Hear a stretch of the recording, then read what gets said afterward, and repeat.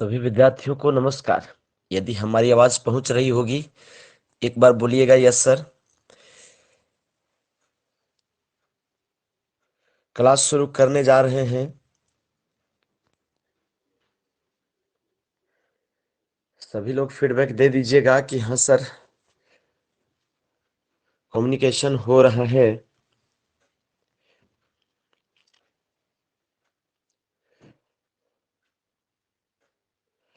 चलिए शुरू कर रहे हैं। बोर्ड पर आने की आवश्यकता नहीं है चूंकि दूसरी विधि से पढ़ाने वाले हैं। जैसा जिस प्रकार से पिछली क्लास में पढ़ाए थे आपको नागपुरी, अभी नागपुरी की क्लास हम लोग करने वाले हैं। आपको स्क्रीन शेयर करके हम बताएंगे।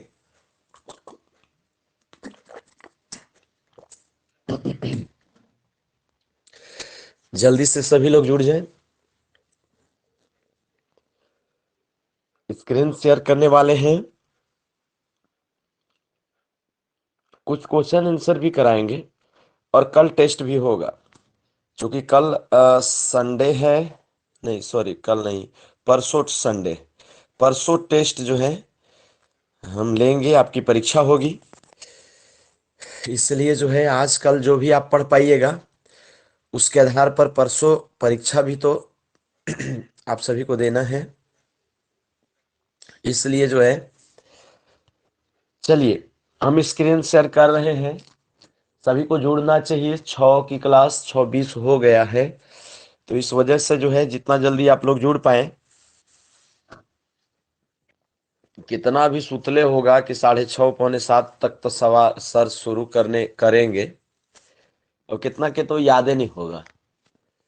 कितने लोग अलार्म लगाए होंगे बार बार बंद कर दे रहे होंगे। कई लोग तो सरस्वती पूजा में जा करके पंडाल में अभी डीजे बजा के नाच रहे होंगे। अलग अलग वेराइटी के हैं हमारे स्टूडेंट। मेरे बहुत सारे स्टूडेंट टिकटॉक भी बनाते हैं जी। टिकटॉक देखते नहीं है, टिकटॉक बनाते भी हैं। ऐसे भी हैं हमारे स्टूडेंट। बहरहाल मैं समझ रहा हूँ कि आप सीजीएल टारगेट बैच से हैं, तो हमें लगता है कि आप बड़ी सिंसियर स्टूडेंट होंगे और आप जो है थोड़े गंभीर होंगे अपने लक्ष्य के प्रति। आइए जानिए, हम आपको डायरेक्ट पहले तो एक आपका कहानी सुना करके आपका मूड फ्रेश करा देते हैं और उसके बाद फिर कुछ क्वेश्चन आंसर कर लेंगे। ठीक बात है। कहानी एक आपको बेसिक ध्यान दीजिए। आप देख रहे हैं हम कई चरणों में बात कर रहे हैं। पहले तो कहानी की तरफ चलते हैं। आपको स्क्रीन शेयर में कर रहा हूं। स्क्रीन शेयर होता ही होता है, इसमें कोई टेंशन की बात नहीं है, इसलिए चेक करना भी नहीं पड़ रहा है। टीचमेंट में कहीं कोई गड़बड़ी नहीं है, आवाज आ ही रही थी।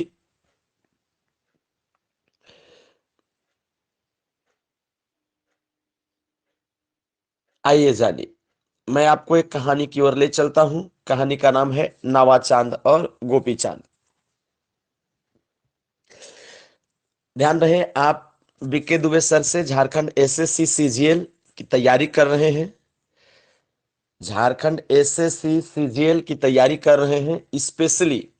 अब ये आपको मैट्रिक लेवल में आ जाएगा, एसएससी वाली परीक्षा में या इंटरमीडिएट लेवल की परीक्षा में आ जाएगा ये वाला बात कंटेंट, या झारखंड टेट की परीक्षा में आएगा।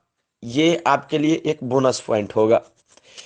आप स्पेशली तो अभी एसएससी सीजीएल की ही बात कर रहे हैं, लेकिन ये कहाँ कहाँ आएगा, हो सकता है कि आप एग्जाम में आपका नहीं आएगा, तो आप अपने बाल बच्चों को कहानी सुनाने में ये आपका काम आ जाएगा। बाल बच्चों को नहीं सुनाइएगा तो नाती पोता जो हो जाएंगे उसको सुना दीजिएगा, तो कहीं ना कहीं तो काम आएगा ही आएगा। और कहीं नहीं, गारंटी के साथ ये आपका झारखंड एसएससी सीजीएल की परीक्षा में आएगा, यही आएगा। और का आएगा, कहानी है ये है सिलेबस में, तो का आएगा। यहां से आपको पेन उठा लूं, यहां से कम आपको 3 से 4 प्रश्न इस कहानी से आने की संभावना होगी। कम से कम, कम से कम एक सवाल चूंकि 3 नंबर का है, तो इसका आप कह सकते हैं कि 3 तिरी के 9 से लेकर के 12 नंबर तक जो है ये सवाल आपको यहां से देखने को मिलेगा। इसलिए हल्के में मत लीजिएगा, बढ़िया से पढ़िएगा। सारे लोग जग जाइए, कई लोग तो अभी भी नींद आए होंगे, नींद में होंगे। कोई बात नहीं, आप नींदों में लेकिन सुन लीजिए, कहानी सुन लीजिएगा। कहानी सुन के फिर मत सुत जाइएगा, भोर हो गया, याद रखिएगा। कहानी सुन के, आपको हम सुताने के लिए कहानी नहीं पढ़ा रहे हैं, आपको जो है सुबह सुबह थोड़ा सा गला उतना बढ़िया नहीं रहता है, बावजूद प्रयास रहेगा कि स्पष्ट आवाज में बात की जाए। नवा चांद, नवा चांद और गोपी चांद, ये हमारा कहानी है। थोड़ा यदि कलर दूसरा चेंज कर ले तो और सही रहता। कहाँ चले गए भाई कलर पेन, इसमें से ले लेता हूं कलर, लाल वाला, ये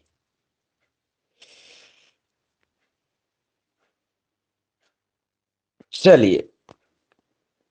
यहां पर हम लोगों का कहानी का नाम है, इसका नाम है नावा चांद और गोपी चांद। नवा चांद और गोपी चांद, नवा चांद और गोपी चांद, ये कहानी का शीर्षक है। ध्यान रखिएगा, ध्यान रखिएगा, ये डॉक्टर सुधीर कुमार राय की किताब से ये लिया हुआ है।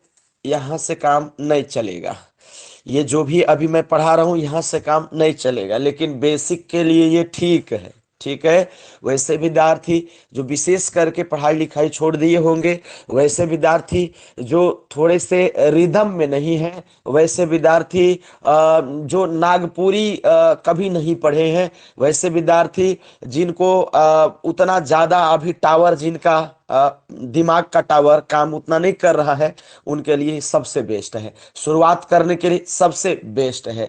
जो इनिशियल स्टेज में है, अपनी स्ट्रेटजी को लेकर के, अपने प्रिपरेशन को लेकर के, उसके लिए सबसे बढ़िया है। तो हम स्टेप बाय स्टेप आपको बता रहे हैं, आप टेंशन मत लीजिएगा। आप यही मान के चलिएगा कि आप मेरे घर के सदस्य हैं, आप यही मान के चलिएगा कि आप मेरे स्टूडेंट बिल्कुल भी नहीं है। आप हमको कोचिंग का टीचर, चाहे कोचिंग का संस्थापक, या कोचिंग का पैसा कमाने वाला बिजनेसमैन मत समझिएगा, नहीं तो सब गड़बड़ हो जाएगा। ये इसका मतलब है कि आप हमको अभी तक भांपे नहीं हैं, आप समझ नहीं पाए हैं कि हम कौन आदमी हैं। तो ये सब मत समझिएगा ना। जो हमारे पुराने विद्यार्थी हैं वो थोड़े अलग तरीके से हमको लेते हैं, जो नए विद्यार्थी हैं तो उनको जिंदगी भर जैसा जैसा मास्टर मिला है वैसा ही समझने की भूल कर बैठते हैं, और यही गड़बड़ हो जाता है। जो भी कोई भी व्यक्ति यदि किसी दूसरे व्यक्ति से पहली बार रूबरू होता है तो अपने दृष्टिकोण से उसको भांपने का प्रयास करता है। आपका जो अभी तक का जो किसी वस्तु या घटना के प्रति जो दृष्टिकोण है, वो आपका एटीट्यूड है, आपका जो नजरिया है, वो आपके अपने प्रीवियस जो नॉलेज है, जो आपके एक्सपीरियंसेस हैं, उसके आधार पर आप किसी भी वस्तु या घटना की व्याख्या कर देते हैं। हर बार आपकी व्याख्या सही नहीं होती है, कई बार आप भूल कर बैठते हैं और आपको समझ में आता है ओ हो बड़ी गड़बड़ कर दिए, ये तो ऐसे नहीं ऐसे था। इसलिए कई बार क्षमता भी लोगों की नहीं होती है कि हर वस्तु और हर व्यक्ति की व्याख्या कर पाए समय रहते। इसलिए मैं आपको पहले ही बता दे रहा हूं कि जैसे जैसे कह रहा हूं वैसे वैसे सोचते चलिएगा, जानते चलिएगा। कम से कम इतना दिमाग में तो बैठाइएगा कि उसी व्यक्ति से पढ़ रहे हैं जो जिसके अभी जस्ट व्यक्ति, वो क्या है कितना पढ़ा लिखा है वो बाद की बात है, जिसके अभी जस्ट व्यक्ति जो है वो टॉप किए हैं झारखंड टेट में और टीजीटी के एग्जाम में, पूरे झारखंड में पहला रैंक लाए हैं। तो उस आधार पर आपको पढ़ना चाहिए ये गदगद होकर के और थोड़ा सा पॉजिटिव होकर के। आइए जानिए, बात करते हैं नवा चांद गोपी चांद शीर्षक है। ये लोक कथा के भीतर आता है। लोक कथा के बारे में मैंने आपको बताया था, ये लोक कथा के भीतर आता है। और ये लोक कथा जो है, ये लोक कथा किसके भीतर आता है? ये जो नवा चांद और गोपी चांद कहानी है ना, ये लोक कथा के अंतर्गत है। सिलेबस में 5 गो कथा आपको पढ़ना है, जिसमें आपको तीसरा कथा की बात कर रहे हैं। ये तीसरी कथा है। इसके पहले 2 कथा की बात की, कल ही तो एगो कथा की बात कर रहे थे, उसका नाम था बन हिरनी कर बेटा। बन हिरनी कर बेटा, बन हिरनी कर बेटा से पहले हम लोग 7 भाई 1 बहन पढ़े थे।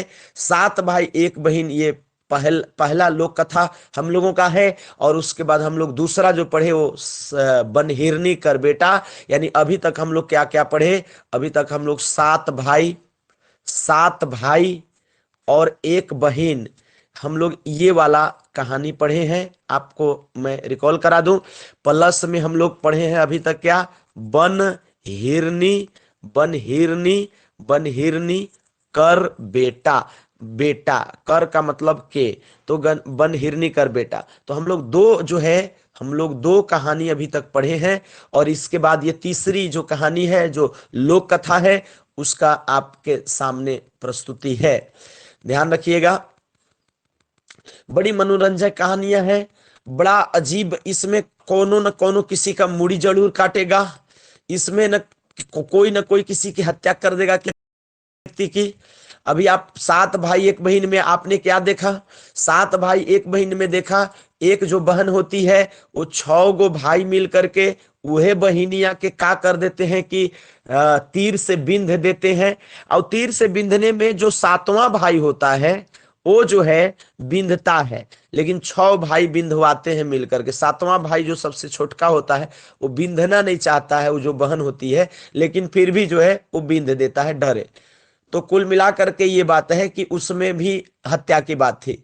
यहां भी आप देखे थे बनहिरनी कर बेटा में भी कि बड़की रानी जो थी वो उतारू हो गई थी। बड़की रानी जो थी वो आपको कहानी में आप देख रहे होंगे कि पूछता है कि तुमको कौन बिठाया, तो बोलता है वो कि हमारी जो मासी है, जो हमारी मौसी है, वो हमको क्या की कि मारे खोजलक, मतलब मारना चाहती थी, लेकिन जो है वो हमारा जो बाबा है, हमारा जो दादा है, हमारा जो कह सकते हैं कि हमारा जो बाप है, वो क्या किया कि हमको जेल में बेर दिया है। तो उस तरीके से आपने सुना था।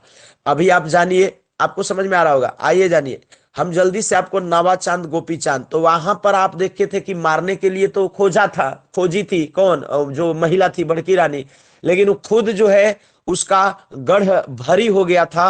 राजा जब उन लोग चुमाने के लिए कुआं को जाती है तो उसको क्या कर देता है कि जैसे ही घुटने के बल होती है, ठेहुना लगा करके बैठती है, वैसे ही जो है उसको ढकेल दिया जाता है और उसको भर दिया जाता है मिट्टी से। आप लोग ये जान चुके हैं। नवा चांद और गोपी चांद की कहानी अब हम आप लोगों को सुना रहे हैं। ध्यान दीजिएगा, 1 घंटा टाइम दीजिएगा, ज्यादा टाइम नहीं लेंगे। 7:30 बजे तक प्रयास रहेगा कि खत्म कर देंगे, समझ गए? 6:30 बज चुका है, 7:30 बजे तक खत्म कर देंगे। बाकी जो आपका काम होगा वो आप करते रहिएगा। 1 घंटा आप लगभग एक्यूरेट समय दीजिए। आपको कहानी भी बताएंगे और आपका क्वेश्चन आंसर भी कराएंगे, और एतवार के बड़ी भयंकर टेस्ट देंगे हम लोग। हमारा टारगेट है आपको 90+ सवाल कराना, 90+ सवाल कराना, 90+ सवाल कराना। बहुत जल्द अभी हम जब कुछ पढ़ा लेंगे तो कंबाइंड सभी विषयों को मिला करके टेस्ट लेना शुरू करेंगे। एक एक पेपर का जैसे 100 नंबर का पूरा नागपुरी लेना शुरू करेंगे। 150 नंबर की जो परीक्षा होगी वो पूरा जीएस का पेपर लेंगे। इसमें आपका हम cut off general, OBC, SC, ST सबका अलग अलग जारी करेंगे। जो जिस कैटेगरी से हमारा स्टूडेंट आएगा उस कैटेगरी से हम जारी करके देखेंगे, और उसके बाद जो है हम देखेंगे कि हमारा कौन विद्यार्थी जो है वो एकदम पास होने के लायक अपने कैटेगरी में आ चुका है। तो वो सब हम लोग करेंगे। एकदम सीरियसली तैयारी कर रहे हैं हम लोग। नवा चांद गोपी चांद की बात कर रहे हैं, सुत मत जाइएगा ना। नवा चांद गोपी चांद की बात कर रहे हैं। नवा चांद आदमी के नाम है, ठीक है। एगो ये बड़का भाई रहता है, तो ये बड़का भाई का नाम जो है वो क्या नाम रहता है? नवा चांद। गोपी चांद छोट भाई के नाम रहता है। गोपी चांद छोटका भाई के नाम है। और का मतलब एंड होता है, एंड माने और। तो इसका मतलब है कि नवा चांद और गोपी चांद दो भाइयों की कथा है, और दो भाइयों की कथा हम लोग सुनेंगे। ध्यान दीजिएगा, ये कथा अभी 2-3 पेज में हम लोग समाप्त कर देंगे, लेकिन ये 2-3 पेज की नहीं है कथा, ये लगभग 12-15 पेज की कथा है। और 12-15 पेज की ये जो कथा है उसको हम लोग कायदे से पढ़ेंगे। जब ई वाला पढ़ लेंगे एक खेप में ना, हम चाहे तो यह पढ़ा के और 10-15 गो 20 गो क्वेश्चन आंसर करा के आपको स्वाहा करा देते, हम नहीं करेंगे। हमारा काम हमको सिलेक्शन दिलाना है। आप कोई पता भी नहीं होगा कि हम क्या कर रहे हैं आप लोगों के साथ। आप लोगों के साथ ये कर रहे हैं कि नौकरी तक पहुंचाएंगे आप लोगों को। यदि हम चाहते, मैं बार बार कह रहा हूं, तो ये हमारा सिलेबस पूरा कराना था। आप हमको फी दिए थे, हम यह पूरा करा के आगे बढ़ जाते। हमारा है कि सिलेक्शन देना, इसलिए हम आपको विधिवत पढ़ाएंगे। तो ये पहला स्टेप है ना, ध्यान रखिएगा। जैसे आपको बाकी 2 कहानियों का पहले पढ़ाए, फिर उसका एकदम डिटेल पढ़ाए, पढ़ाए ना, नहीं पढ़ाए, उसी तरीके से नावा चांद और गोपी चांद का ये जो है पहला स्टेप है। इसके बाद दूसर का तीसर का स्टेप में भी जो है इससे बेहतर करेंगे, ध्यान रखिएगा। नावा चांद गोपी चांद, देखो ये अंगना किताब में अभी है। अभी किस किताब में है? अंगना किताब में, जिससे आपका सिलेबस में जो है, आपका जो पाठ्यक्रम है उसमें जो सिलेबस है वो आपका जो है, जो आपका सिलेबस है वो आपका जो है वो कहाँ, ये आपका जो नागपुरी जो पाठ्यक्रम है वो आंगना में आपका जो है वहां से अभी आपका जेएसएससी में सिलेबस के अंतर्गत पढ़ना है। तो अभी कौन से ये जो कहानी है नावा चांद गोपी चांद, वो किस कहानी में, किस किताब में संकलित है? अंगना में। अभी अभी ओहो हो, अभी नावा चांद गोपी अंगना हम किताब दिखाए भी हैं आपको। अंगना, उसका ब्राउन कलर का कवर आपको दिख रहा होगा, थोड़ा क्रीम टाइप का कलर का, हमने आपको दिखाया भी है। तो नावा चांद गोपी चांद जो कहानी है अभी कौन किताब में है? अंगना किताब में। लेकिन अंगना किताब में छपे से पहले ई लोग का था नगपुरिया सदानी साहित्य नामक किताब में। कौन किताब का नाम है? इन्वर्टेड कॉमा में नगपुरिया सदानी साहित्य। तो नगपुरिया जो साहित्य है, नागपुरी सदानी साहित्य जो किताब है, उसमें ये जो था वो पीटर शांति नौरंगी द्वारा छप चुका था।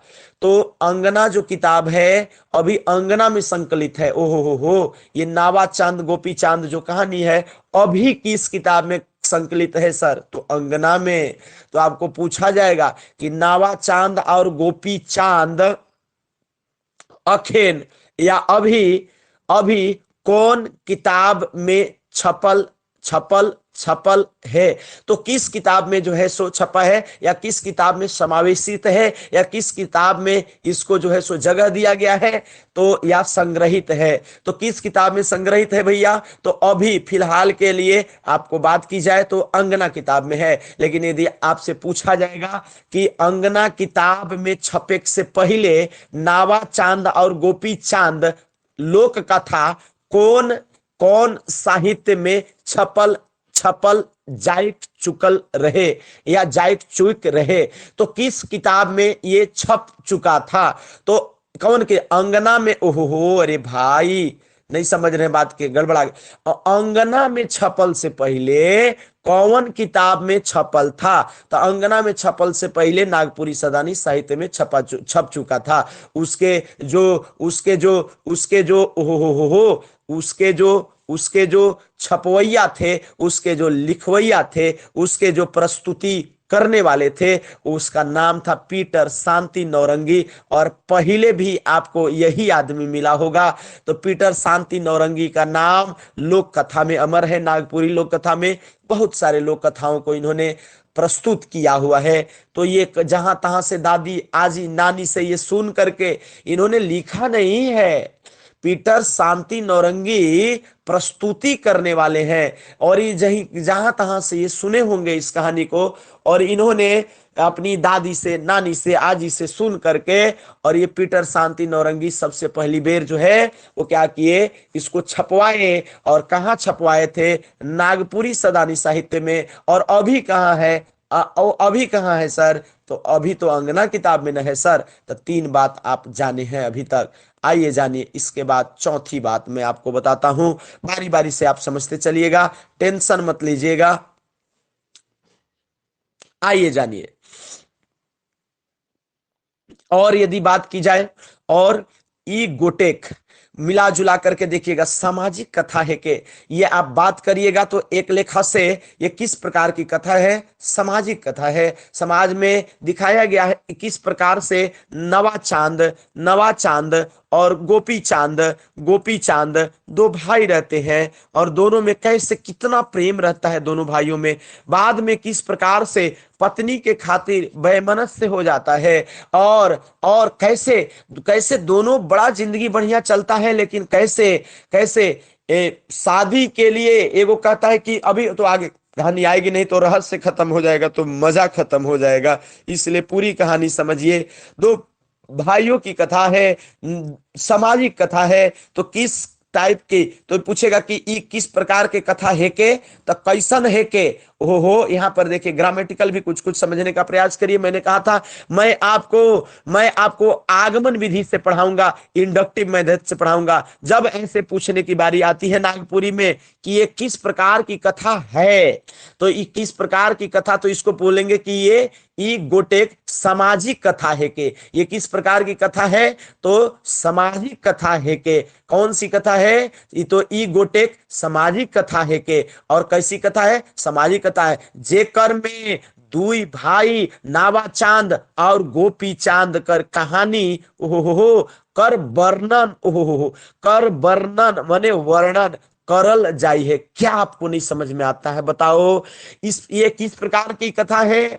तो अब जैसे बन हिरनी कर कथा जो है, बन हिरनी कर कथा सामाजिक कथा नहीं है। सामाजिक कथा से ज्यादा उसको जो है फेबुल लोक कथा के रूप में या फेबुल कहानी के रूप में माना जाता है।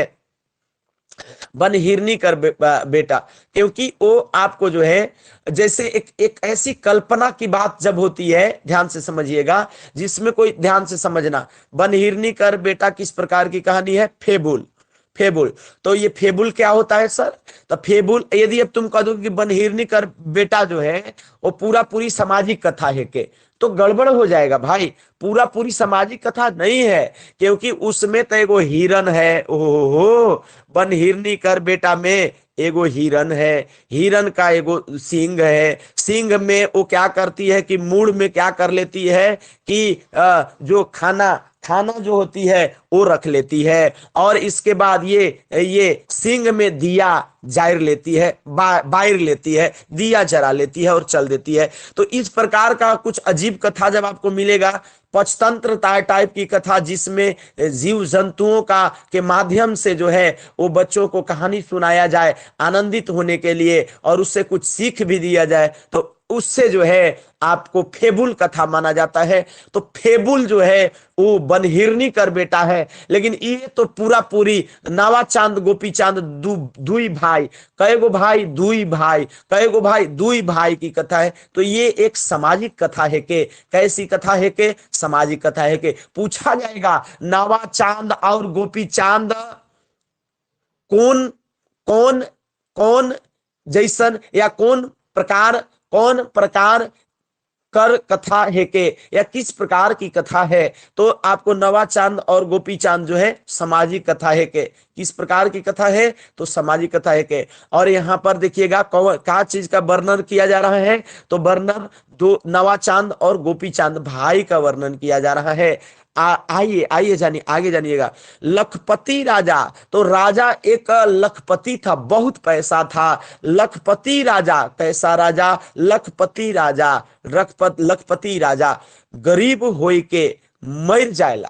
एक बार की बात है, एक लखपति राजा जो था, करोड़पति राजा जो था, लखपति है तो लखपति शब्द यूज कर लीजिए। वो क्या होता है, राजा क्या हो जाता है, वो देखिएगा ये शॉर्ट में कहानी है ना, ये कहानी शॉर्ट में है, इसका डिटेल मैं अगली बार प्रस्तुत करूंगा, अगले स्टेप में प्रस्तुत करूंगा। आप मोटा मोटी जल्दी से जान लीजिए, हमको क्वेश्चन आंसर भी चूंकि कराना है, 7:30 बजे तक खत्म भी करना है, चूंकि ये पहला स्टेप है। नवा चांद गोपी चांद का ये पहला स्टेप है भाई। लखपति राजा जो है वो क्या है कि गरीब हो करके मर जाता है। तो पहली बात कि लखपति राजा के का भेलक, तो लखपति राजा गरीब हो के मर जाएला। लखपति राजा जो है गरीब होके मर जाला। तो लखपति राजा गरीब होके मर जाता है। पूछेगा कि नवा चांद गोपी चांद कहानी में लखपति राजा कर का भेलक या का हो जायला। तो लखपति राजा को जो है वो क्या हो जाता है कि गरीब होके वो मर जाला। तो ये बहुत सिंपल बात है। तो उकर तब उकर रानी का करेली, तो उसकी जो रानी होती है वो चिता में सती हो जाती है। पहले जनरली हिंदू धर्म की एक बड़ी विडंबना थी कि जब उसके हस्बैंड मर जाते थे तो दूसरी शादी करने के बजाय पत्नियां जो होती थी, पत्नी या पत्नियां भी हो सकती थी, वो सारी चिताओं में जल जाती थी, सती हो जाती थी, सती हो जाती थी। ये सती प्रथा कहीं से भी उचित नहीं था। राजा राम मोहन राय विलियम बेंटिक आपको मैंने यदि आप इतिहास वाला आजकल कोई ट्रिक पढ़े होंगे तो आपको कहानी याद हो रहा होगा कि बट मैं तो अभी ऑकलैंड में हूं। तो ये आपको वही विलियम बेंटिक है जो सती प्रथा का अंत करा दिया था। आपको थोड़ा मोड़ा तो जानकारी जरूर होगा। तो सती प्रथा, ये सती सती हो जाएला। तो जब राजा लखपति जो था जब गरीब होके मर जाएला तब उकर रानी का करेली, तब उसकी रानी जो होती है वो चिता में सती हो जाएला। उसकी रानी चिता में सती हो जाती है। बाप मरिए गेलो और मैया मरिए गेलो, अब बेटा का करतो। तो बेटा जो है, बेटा क्या करेगा भैया, बेटा क्या करेगा। तो बेटा नवा चांद गोपी चांद बच गया और नवा चांद गोपी चांद टूअर है गेलो और टूअर हो गेलो। अब टूअर मने का होता है, टूअर का मतलब अनाथ होता है। टूअर मतलब आप समझते होंगे, अनाथ हो गए, माई भी नहीं बाप भी नहीं। हो माई भी नहीं बाप भी नहीं। बाप का क्या हश्र हुआ, गरीब होके मर गया। माँ का क्या हश्र हुआ, सती हो जाएला। नावा चांद बड़ भाई, गोपी चांद छोट भाई, दुइयों का टूअर। नहीं समझ रहे हो, नहीं समझ रहे हो, नहीं समझ रहे हो। अब ये कहता है, अब इन लोग देखो बहुत शॉर्ट में कहानी यहाँ चल रहा है। आप इसको इतना हल्का में कहानी को मत लीजिएगा, ये हल्का बनाया हुआ है, बहुत कुछ को छोड़ा गया है। इसमें से आपको 50% भी क्वेश्चन नहीं लड़ेगा।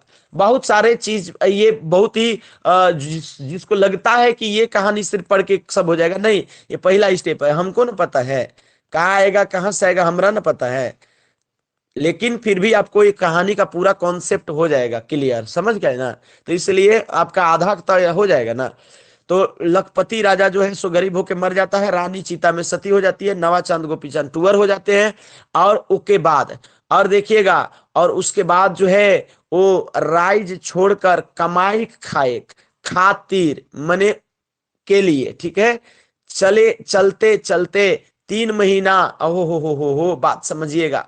अब पूरी कहानी समझिए। नावा चांद गोपी चांद जो भाई है ना, वो राज का छोड़ देता है। वो कहता है ए भाई, बड़का भैया छोटका भैया कहता है, दोनों भाई आपस में विमर्श करते हैं कि अब क्या करेंगे इस राज्य में। अब हमारा बाप भी है ये नहीं है, गरीब हो गया था मर गया, माँ भी मर ही गई है, तो अब क्या करोगे इस राज्य में। चला जाए कहीं काम धाना खोजा जाए और हम लोग दूसरे शहर में दूसरे राइज में चला जाए। तो अपना राइज छोड़ करके कमाए खाए खातिर अब क्या करेगा उन लोग, आगे चल चल जाने लगा। चलते चलते 3 महीना बीत गया। इसका वर्णन है आंगना किताब में, वर्णित किया गया है कि किस प्रकार से जो है उनको क्या क्या मिलता है। रास्ता का वर्णन है, किस प्रकार से उनको रास्ते में क्या क्या मिलता है। उबड़ खाबड़ रास्ता, पथरीली रास्ता होते हुए कैसे जाते हैं 3 महीना, वो सब वर्णित है। एक एक चीज का वर्णन मिलता है। लेकिन अभी शॉर्टकट में यही जान लीजिए कि उन लोग क्या है कि टूअर हो जाता है, और उन लोग टूअर जो है कमाए खाए खातिर क्या के चलते चलते 3 महीना बीत जाता है। कितना महीना उन लोग चला, तो उन लोग एगो जीके का 3 महीना उन लोग चला, 3 महीना। और उसके बाद दूसरे राज में पहुंच जा गया, पहुंचे ना, तो दूसरे राज में पहुंच गया जहां राकस कर मुरुक आतंक आए। बात समझने का प्रयास करिएगा। जहां राकस का मतलब राक्षस, राक्षस, तो वहां पर जो है एक राक्षस, राकस का मतलब नागपुरिया में वो का हुए ना, तो नागपुरिया में राकस का मतलब का हुए ना, राकस का मतलब राक्षस हुए ना। तो राकस का मतलब क्या होता है भैया, तो राकस का मतलब राक्षस होता है, राक्षस होता है, राक्षस होता है, राक्षस होता है। और राक्षस को का जो है मुरुक आतंक आहे, वह जहां पर, अरे भैया ये टूअर जो आदमी था नावाचंद गोपीचंद, 3 महीना चलते चलते जब आपको एक जगह पहुंचता है तो वहां पर उस गांव में राक्षस का बहुत आतंक था, बहुत भयंकर आतंक था। बात समझने का प्रयास करिएगा। बच्चा को हम लोग ऐसी ने कहानी सुनाते हैं, हुआ का राजा ये ऐलान कर चुक रहे, वहां का जो राजा था वो ऐलान कर चुका था कि जे ई राकस के मारी उकर सै, सै मने साथ, सै मने साथ, उके साथ अपन राजकुमारी कर बियाह करी। तो बड़ा इंपोर्टेंट बात है, राजा क्या अनाउंसमेंट किया था, हुआ के राजा जौन गांव में नावा चांद गोपी चांद पहुंचले, उ गांव कर राजा का ऐलान कर चुक रहे। क्या ऐलान कर चुका था, तो उ गांव का राजा जो है वो ये ऐलान कर चुका था कि जे ई राकस के मारी ओकर से आपन राजकुमारी कर बियाह करी, बेटी के बियाह कर देगा। राजकुमारी मने उसकी जो बेटी थी। अरे भाई अब समझो, आओ आओ आओ कुछ कहा था लेकिन यहां पर काट दिया, आओ कहा था, आओ यहां पर काट दिया है। यहां पर ये बात छूट रहा है, मैं अभी बता दे रहा हूं, बाद में तो सब बताऊंगा, डिटेल्स छूटेगा कुछ नहीं, एक भी चीज छोड़ेंगे नहीं हम। वहां का राजा ये ऐलान कर चुका था कि अपनी बेटी की शादी करेगा, इसके अलावा आधा आयद राज जो है, आधा राज जो है, आधा राइज आप कह सकते हैं, राइज पार्ट जो है वो आधा राज्य जो है, आधे इसको लिख सकते हैं, आधा भी लिख सकते हैं, आधा राज्य जो है, राइज पार्ट जो है, उसको देने के लिए कहा था कि आधा राज्य भी दे दूंगा और बेटी से शादी भी कर दूंगा। ये राक्षस से इतना आतंकी था, आप सोच सकते हैं कि कितना राक्षस का ज्यादा आतंक हो गया होगा। आधा राज्य भी देने के लिए कह रहा है। अब समझिएगा वहां का राजा क्या ऐलान कर चुके रहे, तो वहां का राजा या क्या वहां हुआ का राजा, कहां का राजा, जहां पर नावाचंद गोपीचंद पहुंचे थे, हुआ का राजा का ऐलान करेला। तो कौन ऐलान करेला, तो ये ऐलान करेला कि आधा राज पाइट दे दी और अपन राजकुमारी कर बिया करे। ये आपको उसका क्या था, ये था क्या अनाउंसमेंट था। राकस ई राज्य में कोहराम मचाए देल रहे, राकस जो राक्षस जो था इस राज्य में कोहराम मचा दिया था। साँझ होते हुए निकल तक और जे मनवा हो साँझ होते हुए निकलता, और जे मनवा पातक, जे मनवा पातक का मतलब हो जे मनवा पातक, जे मनवा पातक, जे मनवा पातक का मतलब जिसको मन में पाता उसको वो खा जाता, धरता, दबोचता और निगल लेता। जे मनवा पातक के मतलब मने जो जिसको मन पाता उसको, इसका मतलब यहां पर ये हो गया। आइए चलिए इसको थोड़ा डिलीट कर देता हूं और आगे आपको फ्रेश बताता हूं। तो इसमें जिस राज्य में नावाचंद गोपीचंद दोनों भाई पहुंचे थे, उसमें बात यह है कि कहता है कि साँझ होते, देखो कब आता था राक्षस, तो साँझ होते, भोरे होते, रात होते, नहीं साँझ होते आता था, समझ गए, साँझ होते। और आपको अभी ये भी बात आपको समझ में आ जाएगा कि जब किस प्रकार से वो कब कब आता था, मतलब एग्जैक्ट किस टाइम में आता था, अभी आगे बताने वाले हैं, टेंशन मत लीजिएगा। साँझ होते हुए निकल तक और जे मनवा पातक उके आपन आहार बनातक, तो जिसको मन में पाता उसको आहार बना लेता था। उ राइज कर आदमी साँझ होते घर दूरा बंद कर देते रहे, और वो राज का आदमी जो था वो शाम होते घर दूरा बंद कर देता था। जब दुइयो भाई उ राइज पहुंच के रात बितैलक। अब देखो सबसे पहली बात तो इन लोग जाते हैं, आपको बहुत डिटेल में बताऊंगा। जब इन लोग जाते हैं तो एगो राण, रानी एक महिला रहती है। रानी किसको कहते हैं? यदि आप गांव देहात के होंगे तो आपको पता होगा। राण महिला किसको कहा जाता है? जिसके हस्बैंड नहीं होते हैं, जिसको आप विधवा भी कह सकते हैं। बोला जाता है कि नहीं बोला जाता? आप बताइए। ये गांव देहात का शब्द है, इसमें अन्यथा लेने की बात नहीं है। तो उस टाइप की एक महिला थी, एक रानी बुढ़िया थी। उस बुढ़िया के घर में एक तो कि घरे घरे दुआरे दुआरे लोग जाता है पहले, तो कोई दरवाजा खोलने का नाम मैंने खोलता है और इन लोग बोलता है कि हमको रहने दो। तो ये कहता है कि भाई तुम यहाँ से निकल भागो, जान बचा करके पार हो जाओ, तुमको यहाँ रहने नहीं देंगे। उन लोग समझ नहीं पाता था कि नावाचंद गोपी चांद तो एक तो कि बाप मर गया, माई सती हो गई, इन लोग टूअर हो गया। इसके बाद इन लोग 3 महीना चलते चलते दूसरा राज्य में पहुंचा भी, तो वहां पर सुनता है कि कोई राक्षस का जो है सो क्या था, आतंक था। अब यदि किसी के दुआरे दुआरे गया तो उसको मना कर दिया। नवाचंद गोपीचंद को कोई ठहरने ही नहीं दिया। एक रानी जो है बुढ़िया के यहाँ, किसके यहाँ वो ठहरता है लास्ट में? रानी बुढ़िया। उन लोग में बहुत विचार विमर्श होता है। रानी बुढ़िया कोई लोग कहता है, बड़का भैया नवाचंद कहता है कि अब जो है सो हमारे ये छोटा भाई जो है वो इतना थक चुका है, इतना थक चुका है कि अब जो है ये मर सकता है, बेहोश हो सकता है, इसलिए इसको रहने दो और हम लोग अब नहीं कहीं जाएंगे। जब जबरदस्ती उन लोग रह लेते हैं। कुल मिलाकर के यहाँ पर ये कहानी है। तो यहाँ पर समझिएगा, साँझ होते, ओ एक मिनट, ओहो, साँझ होते, ओहो, समझिएगा, साँझ होते, अब यहाँ तो हो ही गया। ऊ राइज कर आदमी साँझ होते घर दूरा बंद कर देत रहे। और जब दुइयो भाई ऊ राइज पहुंचले, रात बिताए के लिए डेरा खोजे लगले, तो केऊ उमन के डेरा डेरा देख नी खुजले। तो उनको कोई भी डेरा देने के लिए नहीं चाहा। बात समझिएगा, उन लोग क्या मांग रहे थे? डेरा मांग रहे थे। और उसके बाद दुइयो भाई बुढ़िया कर पिंडा में माना करे बाद भी डेरा जमैले, शॉर्ट में दे दिया। वो बुढ़िया से बहुत विचार विमर्श होता है, संवाद होता है। कौन बुढ़िया होती है? रानी बुढ़िया होती है। रानी बुढ़िया के दूरा पर इन लोग, उसका पिंडा, पिंडा का मतलब कि घर के सामने जो आंगन का टाइप का जो होता है, मने समझ लीजिए कि एगो दांती भी होता है, एगो घर के सामने बैठने के लिए कुछ बनाया हुआ होता है, और लकड़ी वगैरह से जो है सो घोरान वगैरह से करके घेरा हुआ रहता है। इसी को आप पिंडा कह रहे हैं। और इस पिंडा में जो है इन लोग कहता है कि हम लोग अब यही रात बिताएंगे, अब यही रात बिताएंगे, अब यही रात बिताएंगे।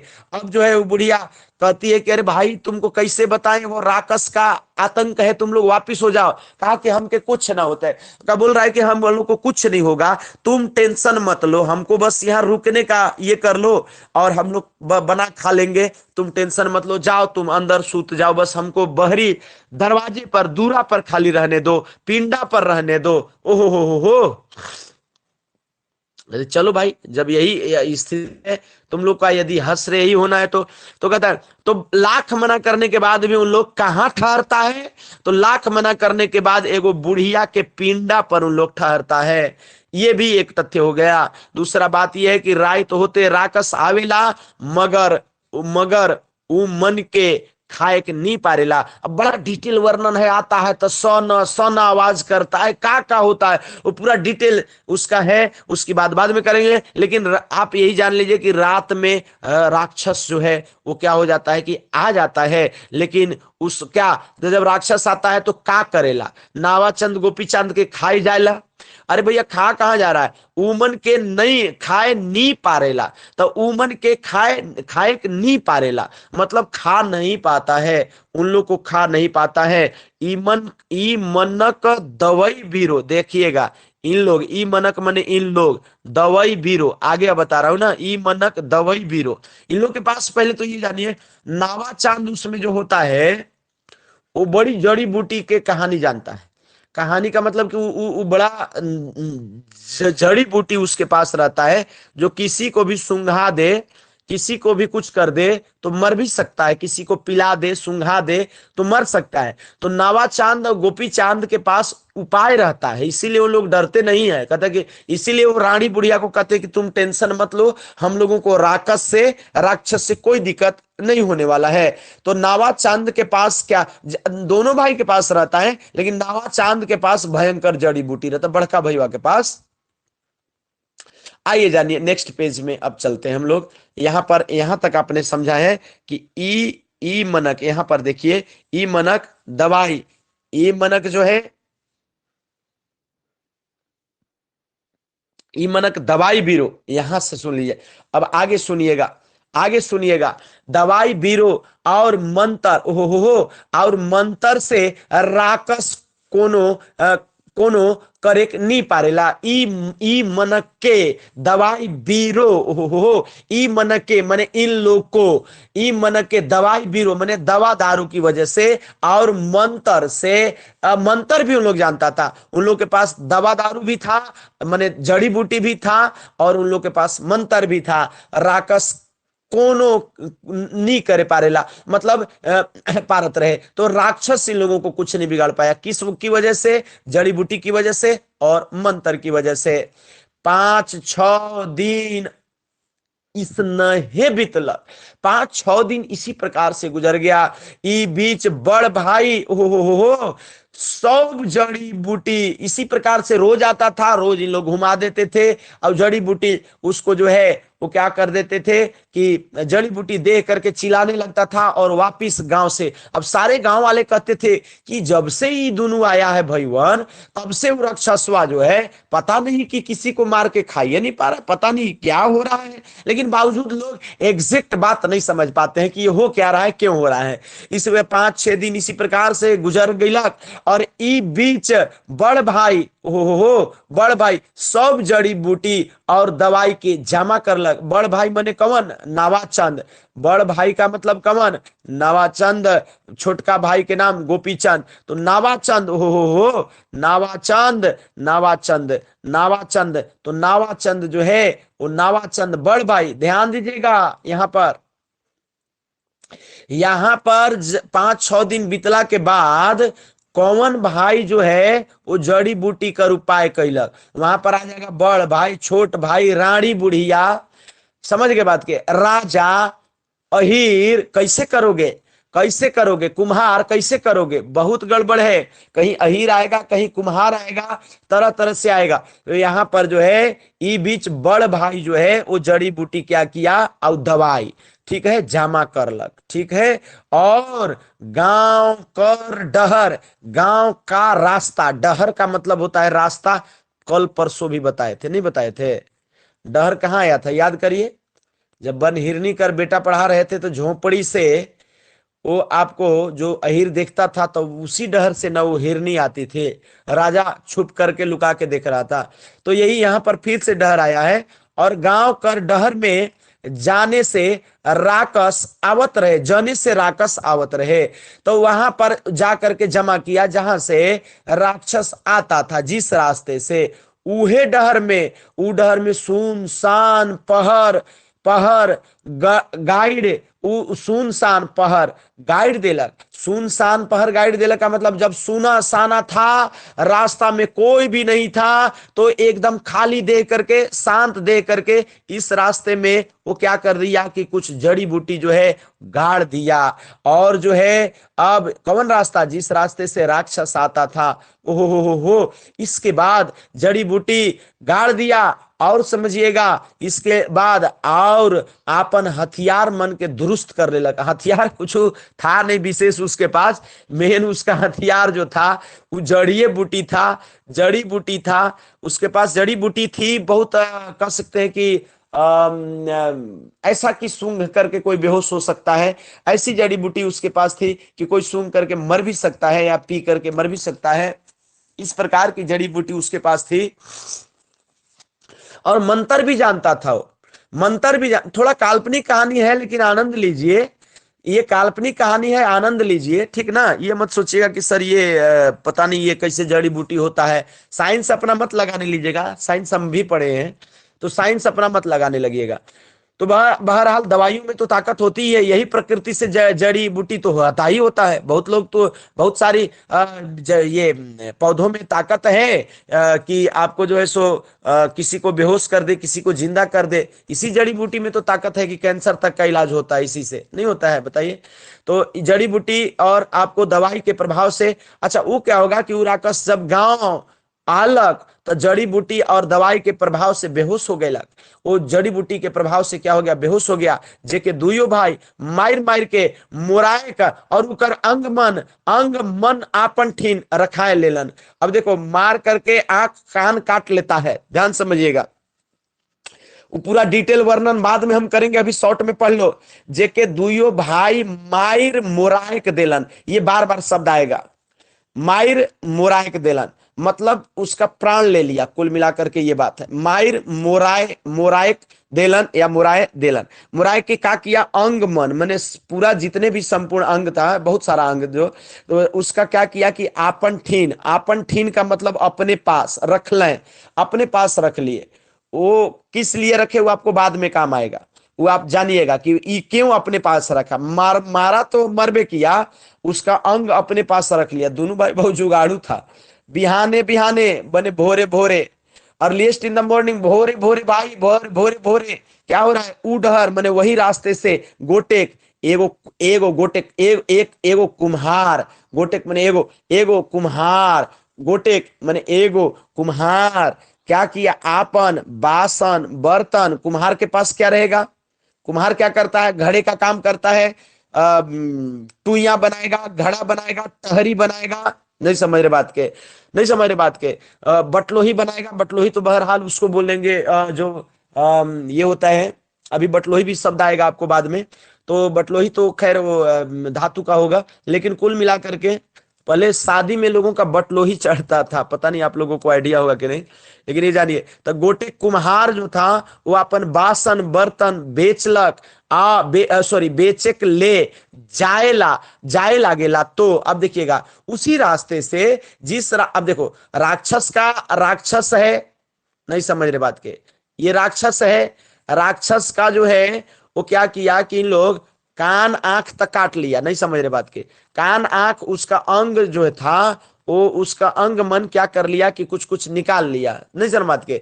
लेकिन राक्षस वहीं पर मरा हुआ पड़ा हुआ है अभी भी। अब उस राक्षस को मरा हुआ पड़ा देख करके ध्यान से समझिएगा, राक्षस को मरा हुआ, इसमें वो शब्द आया है, वो आपको वहां पर हंसी आएगा कि इन लोग क्या करता है। देखिए यहां पर देखिए, ये क्या कर देगा, अभी गुलगुला कर देगा इसको। मैंने गुलगुला का मतलब कि आप जैसे ना कि किसी चीज को लीजिए और गुलगुला कर दीजिए। जैसे मान लीजिए कि बैगन ले लीजिए, ठीक है, और उसको एकदम उसको क्या करिए कि खूब दबा दीजिए, तो नहीं एकदम क्या हो जाता है कि एकदम बड़ा पिलपिला सा हो जाता है वो। उसमें ताकत मैंने कह सकते हैं कि जो थोड़ा कड़ा था वो बड़ा मुलायम हो जाएगा, तो उसी को गुलगुला करना कहते हैं।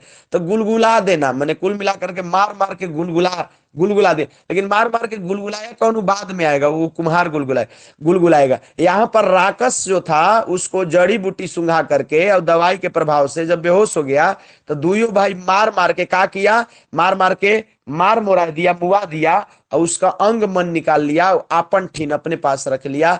कुम्हार जो है बिहाने बिहाने उसी रास्ते से गोटे कुम्हार, एगो कुम्हार जो है अपन बासन बर्तन जो है मार्केट में बेचने के लिए ले जा रहा था। ले जाए लागेला तो मरल राक्षस, देखिएगा जिंदा राक्षस वो नहीं देखता है, जिंदा राक्षस तो उसको देखता तो खा जाता, उसके पास थोड़ी जड़ी बूटी थी।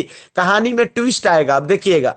ये जो जो कुम्हार है वो क्या करता है कि मरल राक्षस को, ओहो मरल राक्षस को मार मार के गुलगुला कर देवेला। अब मरल राक्षस के पगला मारता है, वो कहला मारता है, आप जान रहे होंगे वो किस लिए मार रहा है बताइए। मरल राक्षस को क्यों मारा है, क्योंकि राजा बोला था कि हम अपना आधा राज्य दे देंगे, आधा में हम रहेंगे एगो में और दूसरा में तू रहना, और दूसरा कि इसमें तुमको जो है हम अपनी राजकुमारी को भी दे देंगे। राजकुमारी को भी बोला था कि दे देंगे, मतलब शादी कर देंगे। तो ये आधा राज्य पाने के खातिर और राजकुमारी को पाने के खातिर मरल राक्षस को मार मार के गुलगुला करता है। मार मार के क्या कर देता है? गुलगुला कौन करता है?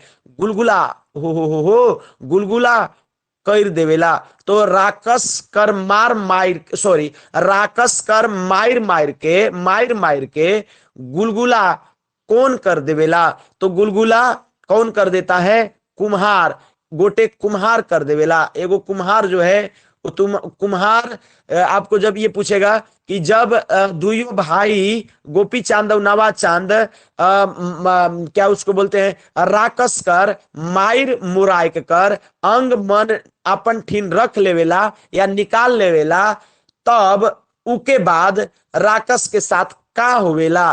तो राकस के साथ होवेला कि कुम्हार गोटे कुम्हार ओकरा मरल राक्षस के मार मार के गुलगुला देवेला। नहीं समझ बात के? तो मरल राक्षस को मार मार के गुलगुलाता है। आउ का करता है? राजा के ई बात कर सूचना देवेला और गछल बात अनुसार राजकुमारी से बियाह कर आधा राय चाहेला। राजा के पास तुरंत जाता है। राजा मैंने राक्षस को मारा और मार दिया, और क्या तुम करो कि अब गछल बात के अनुसार, गछल बात की मतलब कमिटमेंट, तुमने कमिटमेंट किया है, तुमने कमिटमेंट करा है, तुमने वादा किया है। गच्छना का मतलब वादा करना। तुमने वादा जो किया है अब वो निभा दो राजा।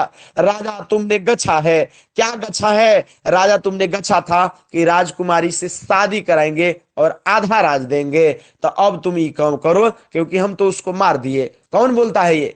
तो दावा कौन करता है? राजा को कौन ये बात याद दिलाता है कि तुम शादी करो अपनी बेटी से और आधा राज दो? कुम्हार। नवा चांद गोपी चांद बिल्कुल नहीं। तो देखिएगा, बात समझिएगा, वो बड़ा जो है सो बीच में आनंद ले लिया।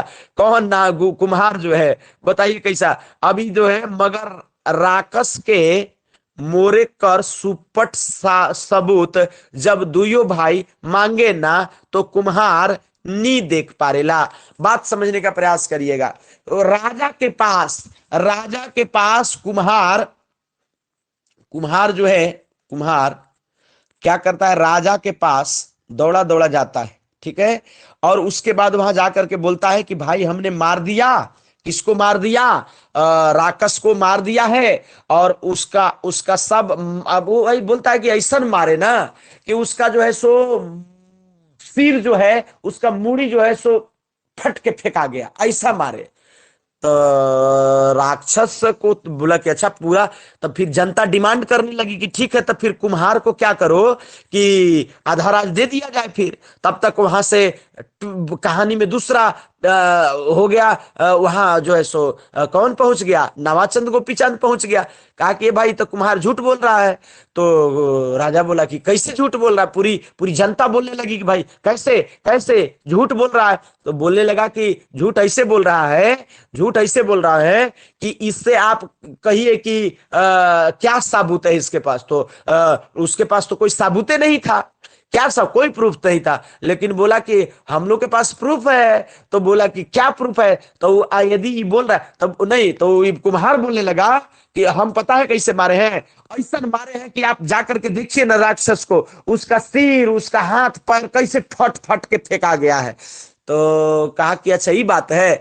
तो कहा कि एगो कूता के आपको रखा जा रहा है और उसको मार करके, और उसी जो है से आप क्या करिए, एगो कोई भी जानवर ले लिया जाए मतलब, और उसको मार मार के आप क्या करिएगा कि तनी फाड़ करके दिखा दीजिए, तो वैसा ही। तो उसको लाया गया, और उसके बाद जब वो देख लिया कि नहीं मार करके और उसको उसी प्रकार से उसका सिर फाड़ पाएंगे, तो वहां से वो कुम्हार निकल लिया, भाग गया। अब जब कुम्हार वहां से भागा है, ध्यान समझिएगा, कुम्हार वहां से भागा है, तो इसके बाद वो समझ लिया कि अब हमको क्या मिलेगा, दंड मिल सकता है, झूठ पकड़ा गया। कुम्हार वहां से भाग गया। दुइयों भाई जो है वो क्या करते हैं कि दावा करते हैं और सबूत देते हैं। उसका जो आंख कान रखे थे वो दुइयों भाई जो है वो सबूत देते हैं। तो सबूत देवे ना, मगर अब जब दोनों भाई सबूत दे देते हैं तो बोलते हैं कि अब शादी होगी। शादी अब किससे होवे? एगो इने नावा चांद, अब एगो इने इने गोपी चांद। अब तो यहाँ पर दूगो हीरो एगो हीरोइन, बहुत टेंशन हो गया। यहाँ पर तो दुइयों मिल के मारा था। अब शादी होवे तक केकरा से होवे? अब शादी होवे तक केकरा से होवे? अब शादी होवे तो केकरा से होवे। इस प्रकार से शादी का मामला फंस गया।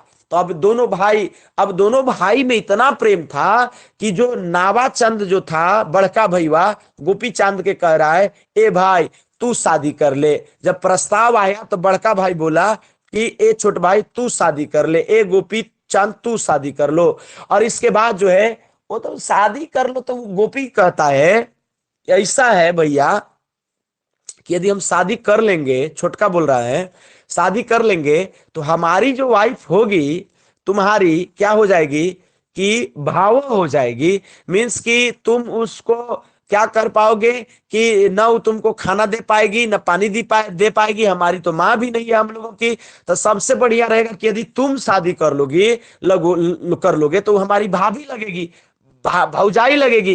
तो वो हमको खाना पीना भी दे देगी, तो कोई टेंशन नहीं है, तो हमको भी फायदा तुमको भी फायदा। तो इसलिए सदिया तुम ही कर लो। दोनों में बड़ा डिबेट चलता है। दोनों कहते हैं कि नहीं तू कर ले तो तू कर ले, बात समझिएगा।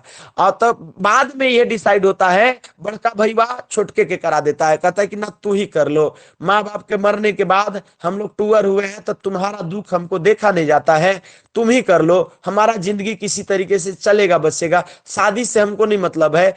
छोटका भाई को सुखी संपन्न रखने के लिए बड़का भाई त्याग किया, बड़का भाई शादी करा दिया गया, भाई तू ही कर ले।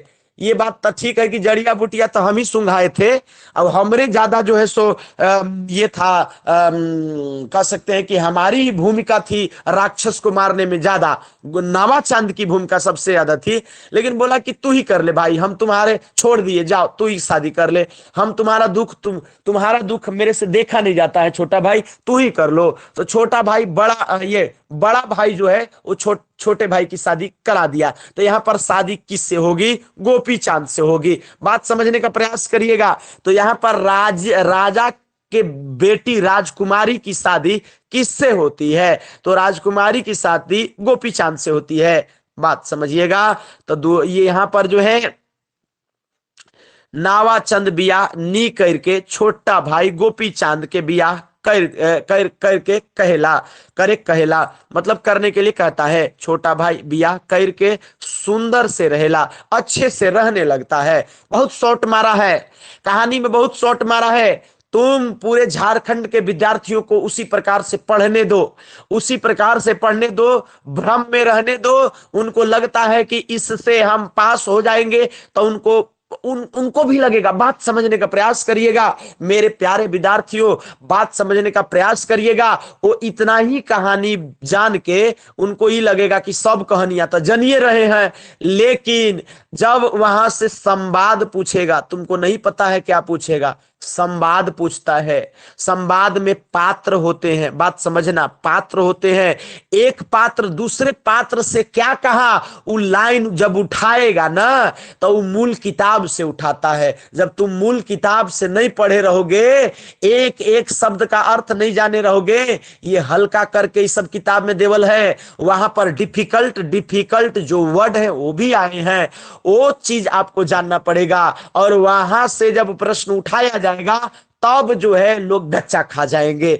तब बाकी लोगों को तुम यहीं से तैयारी करने दो। ये तुम्हारा हम पहला स्टेप में यहां से तैयारी कर रहे हैं, ये तुम्हारी पूर्ण तैयारी नहीं है, आधी अधूरी तैयारी है, मैं खुद कह रहा हूं। लेकिन बेसिक फाउंडेशन के लिए बहुत अच्छी तैयारी हो जाएगी यहां से, टेंशन मत लीजिएगा। एक दिन आओ हम लोग पढ़ेंगे नावाचंद गोपी चांद को, फास्ट में पढ़ेंगे लेकिन डिटेल में पढ़ेंगे। अभी धीरे धीरे पढ़ रहे हैं लेकिन शॉर्ट में पढ़ रहे हैं। मेरा पर्पज समझने का प्रयास करिएगा। इस विधि से इस लिए पढ़ रहे हैं क्योंकि कहानी सामने आपके पास है, तो आप बढ़िया से पढ़ पा रहे हैं। चूंकि हमारे पास डिजिटल उतना कैमरा भी नहीं है कि सामने आपको पहले से क्या वो रहेगा, तो आप बात समझ रहे हैं। ये विधि से ज्यादा आपको कहानी चूंकि सामने रहेगा तो ज्यादा आनंद आएगा। आइए सुनिए, हमारा आंख मुंह देख के क्या करिएगा, मेन तो ये कहानियां के शब्द और वाक्य न है, नहीं समझ रहे बात को।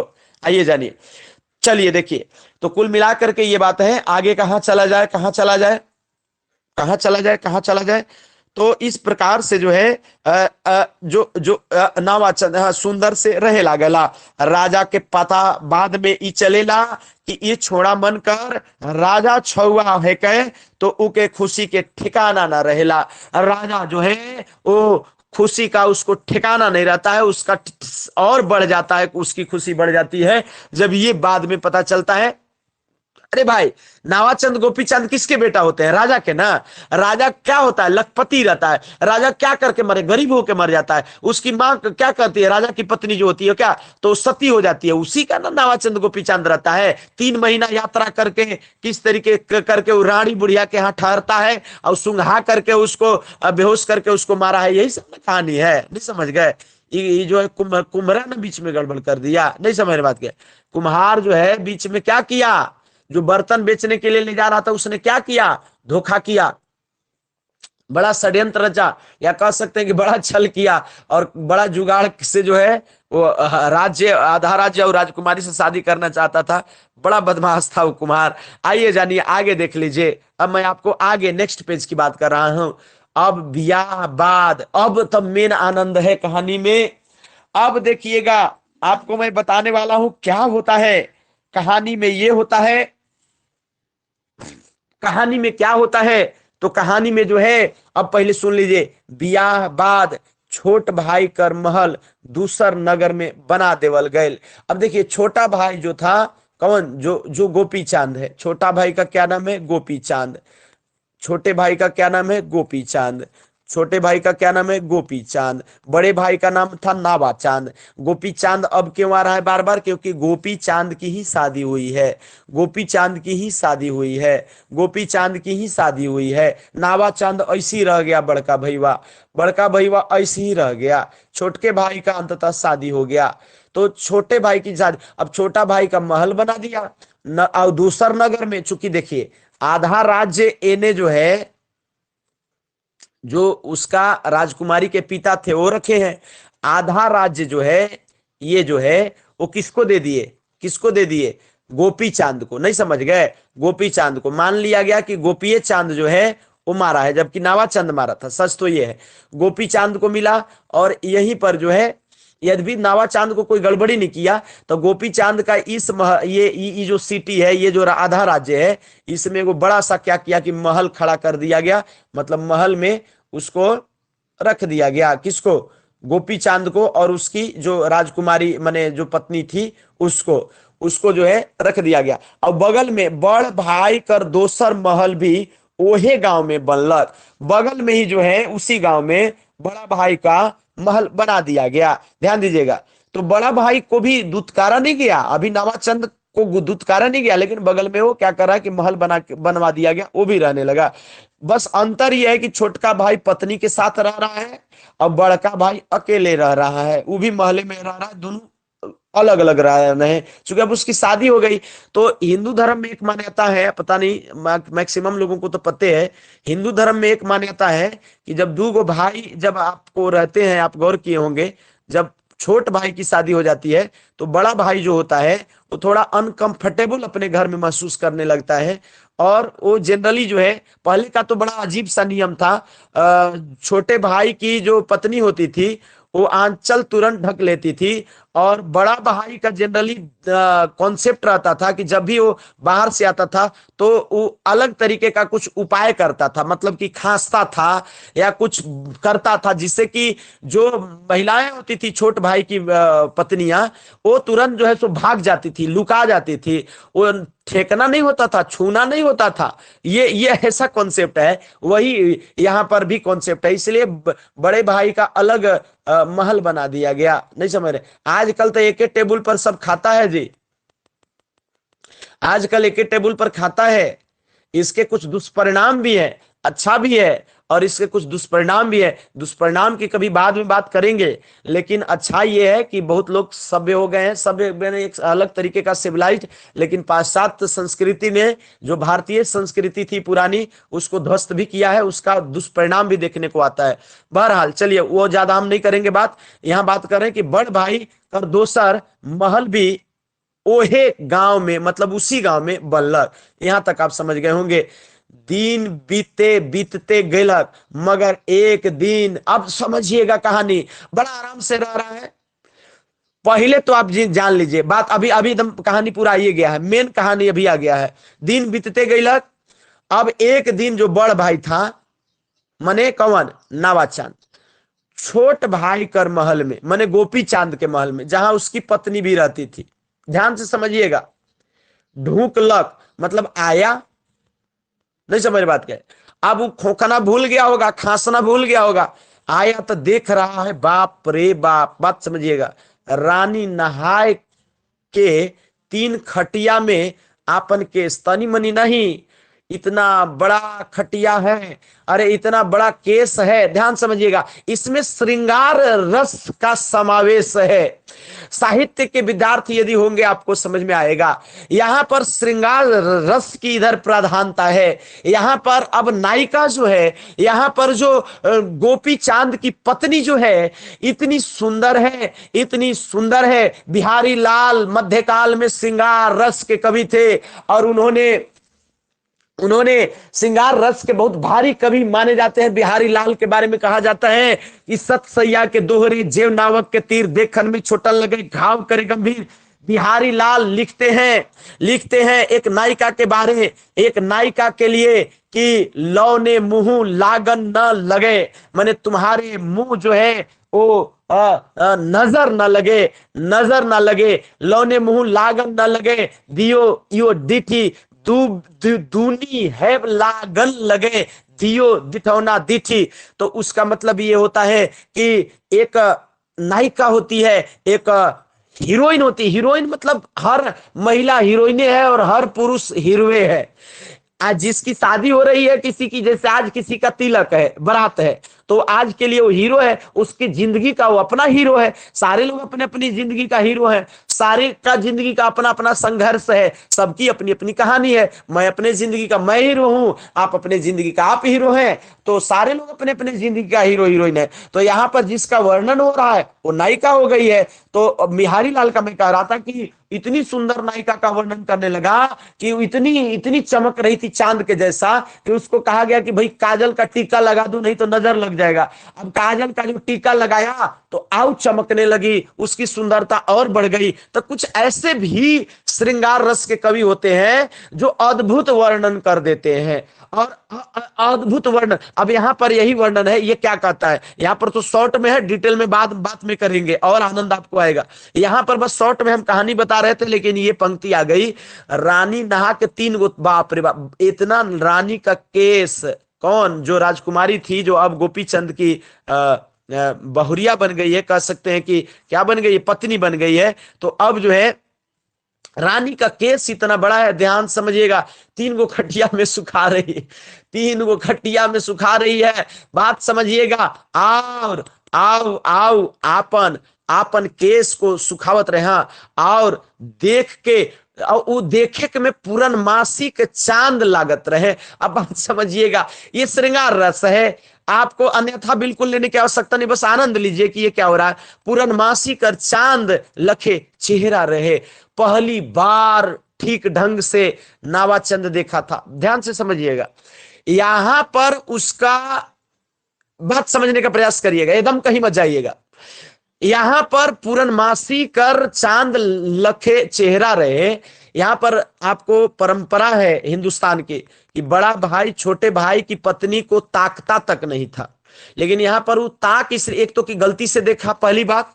दूसरी बात कि यदि वो देखा भी तो इसलिए वो देखते रह गया क्योंकि उसको इस बात का पता था कि शादी इससे तो हमारी होने वाली थी, लेकिन इससे हो गई, इस नाते संभवतः ये देख लिया, नहीं तो। अच्छा, दूसरी बात, हिंदुस्तान की ये परंपरा नहीं रही है कि भाई जो है वो बहन के काट देवे।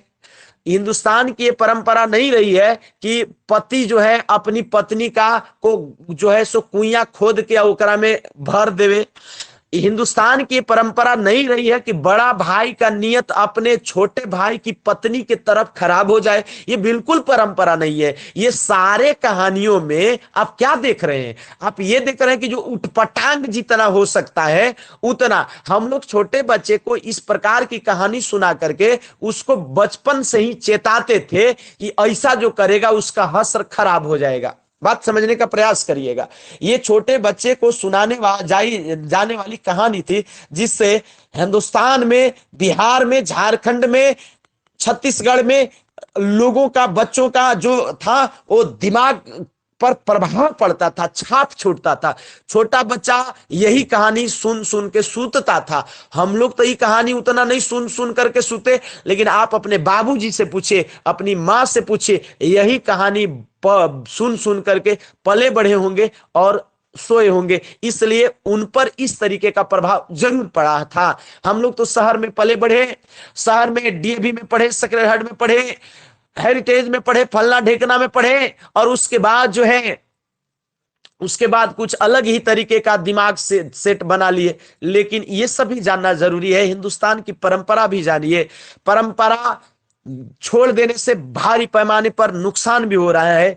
बहरहाल आइए जानिए, तो ये कैसी लग रही थी। एक गाना है ना, चौदहवीं का चांद हो या सबाब हो, तो जो भी हो तुम खुदा की कसम लाजवाब हो, कुछ उसी प्रकार का। पूरनमासी कर चांद, मोहम्मद रफी जिस प्रकार से गाते हैं उसी प्रकार से ये पूरनमासी का चांद इसको दिखने लगी। और बात समझिएगा, उसका माइंड सेट यानी नियत ही कह सकते हैं जो खराब हुआ है, अपने छोटे भाई की पत्नी की तरफ गया है। वो इसलिए क्योंकि वो जानता था कि उससे शादी हमारी हो सकती थी, लेकिन अब नहीं हुई। अब देखिएगा कि देखते देखते ही देखते ही बेहास होए गए लग। अब ये क्या हो गया कि ऐसा देखा ना, तो उसकी पत्नी इतनी सुंदर थी, इतनी खूबसूरत थी, इतनी ज्यादा देखने में कि तीन तीन गो खटिया में, आप सोचिए, तीन तीन गो खटिया में बाल सुखा रही है, और देखने में पूर्णमासी का चांद, पूर्णमासी पूर्णिमा का चांद दिख रही है। चांद टह टह जैसे चमकता है वैसे चमक रही है। अब बाप रे बाप, वो देख करके हालत खराब, अब हालत में नहीं, बेहोश हो गया। अब समझिए, इतनी सुंदर थी कि देख के बेहोश हो गया। अब क्या लेखक वर्णन करता, यहां बेहोश करा दिया उसके बड़े भाई को। और देखिए, अब वो पत्नी देख रही उसकी, उसको समझ में आया नहीं शुरुआत में कि हुआ क्या। समझे कि मिर्गी उर्गी उपटता होगा, बेहोश हो गया। अब उसकी जो छोटे भाई की जो पत्नी थी, वो समझ नहीं पा रही कि हो क्या रहा है, और लेकिन अब दौड़ करके फिर भी लुका गई। अब वहां पर दुविधा दिखाया है लेखक दिखा रहा है कि वो जो महिला है, वो यदि कोई दूसरा कोई रहता तो दौड़ के उठा देती, लेकिन अब तो उसका पति का बड़ा भाई है, भासुर है, उसको कैसे उठाए, कैसे उसमें छुआए, कैसे ठेके, उठा भी नहीं रही है। अरे भाई, अब जब उठा भी नहीं रही है, अब छोटका भैया तब तक से उधर से आया, अब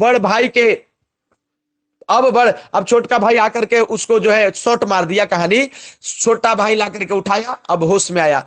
अब बड़ भाई के बिया नी करे पछतावा होत रहे। अब बड़ा भाई सोचने लगा कि हमको मती मरा गया था, मेरा दिमाग भ्रष्ट हो चुका था, हम काहे ही इस सुंदर महिला को नहीं देखे, छोट भाई की शादी करा दिए। अब उसका स्वार्थ जो है, उसका प्रेम, ध्यान दीजिएगा, जब प्रेम से बड़ा स्वार्थ हो जाता है तो दो भाइयों में लड़ाई हो जाती है। माँ बाप से बच्चे लड़ जाते हैं, उसकी प्राण तक ले लेते हैं।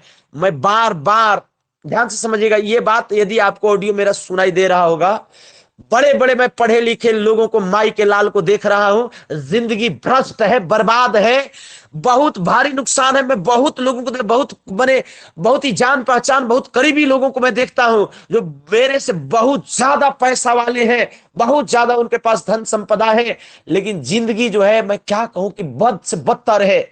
ऊपर से तुमको लगेगा कि ये बहुत ज्यादा इसके पास कार है, हेलीकॉप्टर से भी चले कोई फर्क नहीं पड़ता, लेकिन मैंने अंदर उसको घुस करके देखा है, जिंदगी बहुत खराब है। क्योंकि उसको प्रेम पता है किससे है, बता रहा हूं उसको प्रेम किससे है। उसको प्रेम है छड़ से, उसको प्रेम है सीमेंट से, उसको प्रेम है जमीन से, उसको प्रेम है लकड़ी के केवाड़ी से, उसको प्रेम है लकड़ी के सोफा से, उसको प्रेम है लोहा लकड़ के कार से, उसको प्रेम है ये हाड़ मांस का रहने वाला इंसान से, जिससे वो नहीं समझ रहे बात के, उसको कुछ अजीब तरीके, चलो ये तो आदमी है तो इससे प्रेम होगा, ये ठीक बात है, ये ठीक है, ये तो ठीक है, कर भैया तू प्रेम। लेकिन एक भाई अपनी पत्नी से इतना भयंकर प्रेम में विवश हो जाता है कि अपने भाई को छोड़ देता है। एक भाई अपनी एक बेटा अपनी पत्नी से इतना प्रेम में विवश हो जाता है कि अपने माँ बाप को छोड़ देता है। एक भाई चलो तो पत्नी से प्रेम करना भी चाहिए, कहीं कोई दिक्कत वाली बात नहीं है, करिए, कोई बात नहीं है, लेकिन आप उसकी वजह से किसी दूसरे का गड़बड़ मत कर दीजिए। समझ रहे हैं? माँ बाप का भी अपना एक एरिया है, सब कुछ है।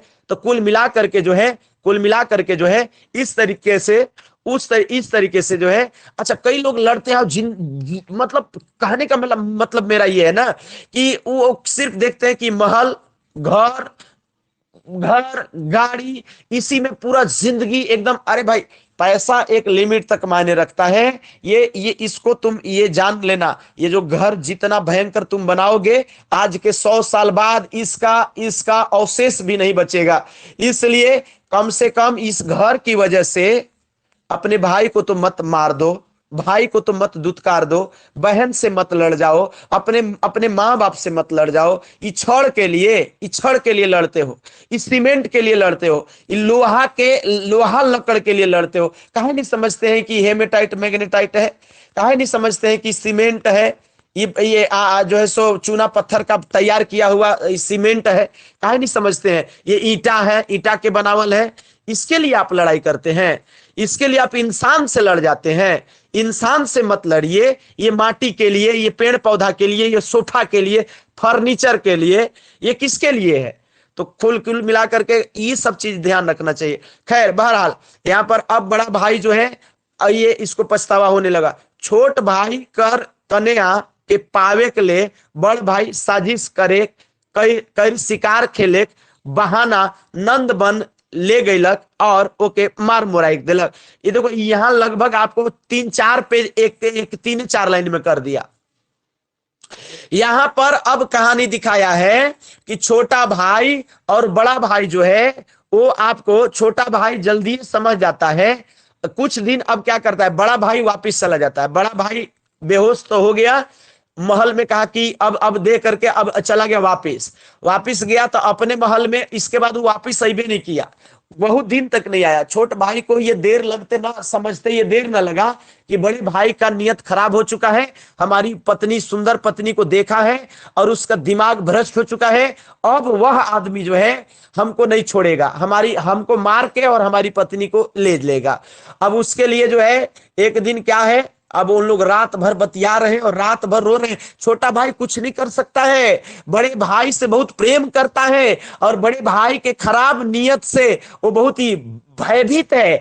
और वो देख रहा है कि मानुख और इंसान का कैसा स्वभाव बदल सकता है, धन संपदा के लिए या एक महिला के लिए किस प्रकार से बदल सकता है। एक इंसान दूसरे इंसान का प्राण भी ले सकता है, और इंसान का नहीं, एक भाई दूसरे का प्राण ले सकता है। ऐसा जो है ये हो सकता है। वो इंसान का जो है वो बुद्धि दे करके पलटता हुआ वो बहुत बहुत आश्चर्यचकित है। लेकिन कहता है, छोटा भाई अपनी पत्नी को कहता है, गोपी चांद अपनी पत्नी को कहता है कि हम जो है, कहता है कि मोए उके ना मरबो, मतलब उसको मैं नहीं मारूंगा, मैं उसको नहीं मारना चाहता हूं। बड़ा भाई जो है, मैं उससे लड़ना भी नहीं चाहता हूं, लड़ भी नहीं पाऊंगा, वो ज्यादा ताकतवर है, उसके पास बहुत जड़ी बूटी और मंत्र है, जो उसके पास जाएगा बेहोश हो जाएगा, मर जाएगा, उससे लड़ना पॉसिबल नहीं है। बड़ा भाई मेरा बहुत ज्ञानी, बहुत दिमागदार है, अब बुद्धि भ्रष्ट हो गया। हमको इतना बढ़िया से माँ बाप के मरने के बाद हमको इतना बढ़िया से पाला पोसा, बहुत हमको क्या किया कि बहुत हेल्प किया, बहुत मानता था, हम लोग बचपन से बहुत पले बड़े साथ में, बहुत हमको हेल्प किया। लेकिन अब जो है उसका नियत खराब है। अब क्या किया जाए? अब रात भर अपनी पत्नी से बात करता है, रोता है, पत्नी को कहता है कि अब वो तुमको पाना चाह रहा है और हमारे मरने के बाद तुम क्या करना कि उसकी हो जाना, शादी कर लेना, खूब बढ़िया से राजकाज रखना और कोई ऑप्शन नहीं अब तुम्हारे पास बचेगा। पत्नी कहती है कि नहीं, मैं एक पुरुष से शादी की हूं और मैं मैं मर तो मर जाऊंगी, लेकिन मैं उनसे शादी नहीं करने वाली हूं, उनके पास नहीं जाऊंगी।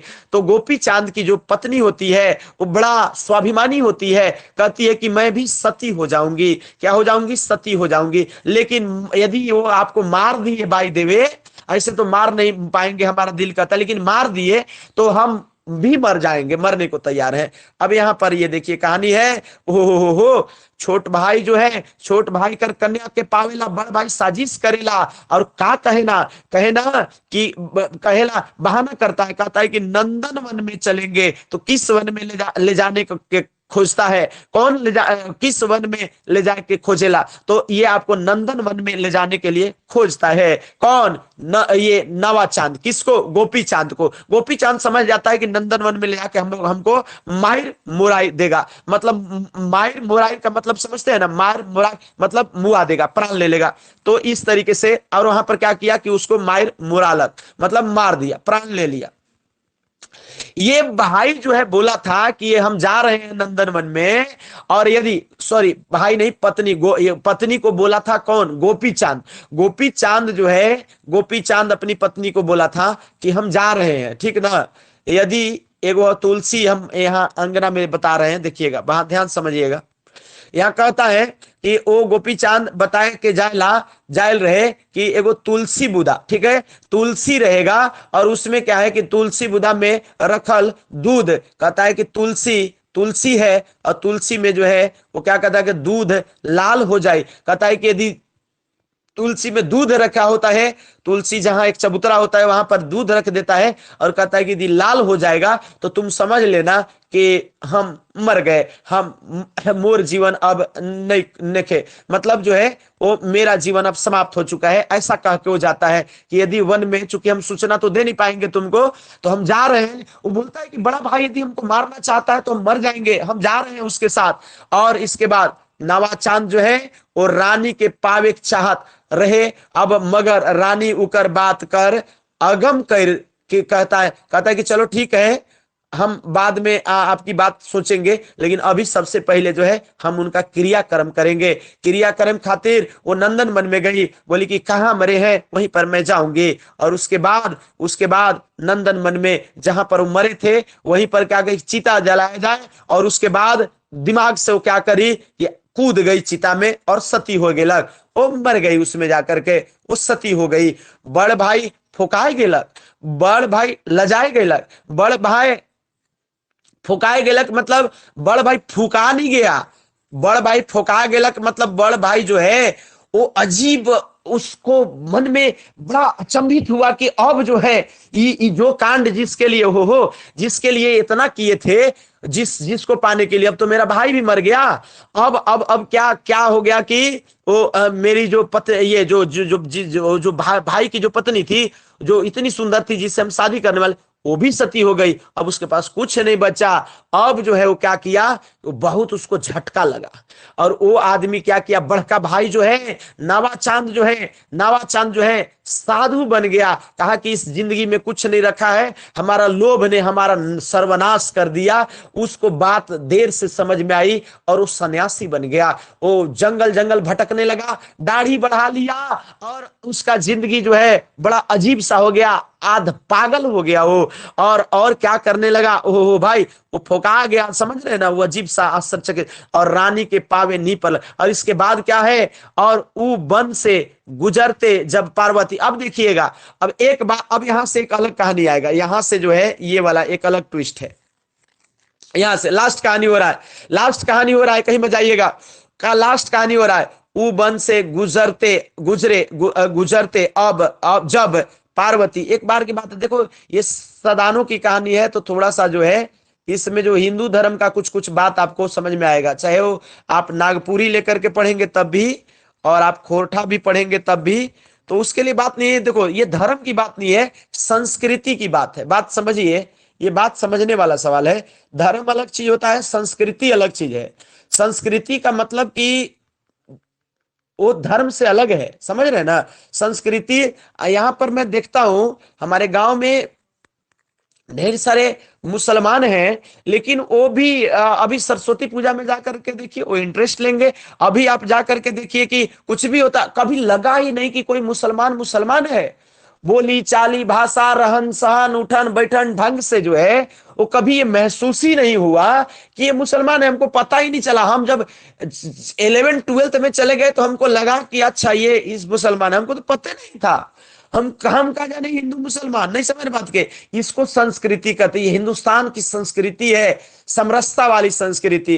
तो इसलिए ये संस्कृति ये है, ये सारे लोग जानते हैं। ऐसा नहीं कि कोई दूसरा धर्म का रहेगा तो नहीं जानेगा, सारे लोग जानते हैं कि शंकर पार्वती कौन थे। वो सुने न करूं, कभी ना कभी सुने होंगे। तो कुल मिलाकर के ये था कि उसी वन से जो नंदन वन, जिसमें क्या है कि गोपी चांद को मार दिया था, जला दिया था जड़ी बूटी सुंघा के, और उसकी पत्नी भी सती हो गई थी। उसी वन से क्या था कि गुजरते जब पार्वती, पार्वती शंकर भगवान की पत्नी का नाम है, माता राख के देख लें तो पूछे लगले कि भाई क्या है, इसका भेद बताइए शंकर जी। तो उनके भेद जान के भगवान शिव के क्या की कि जानना, मैंने जानना चाहिए, समझ रहे बात के ना। वो बोली कि आप इसका भेद बताइए, ये क्या राख है, ये अजीब दिख रहा है।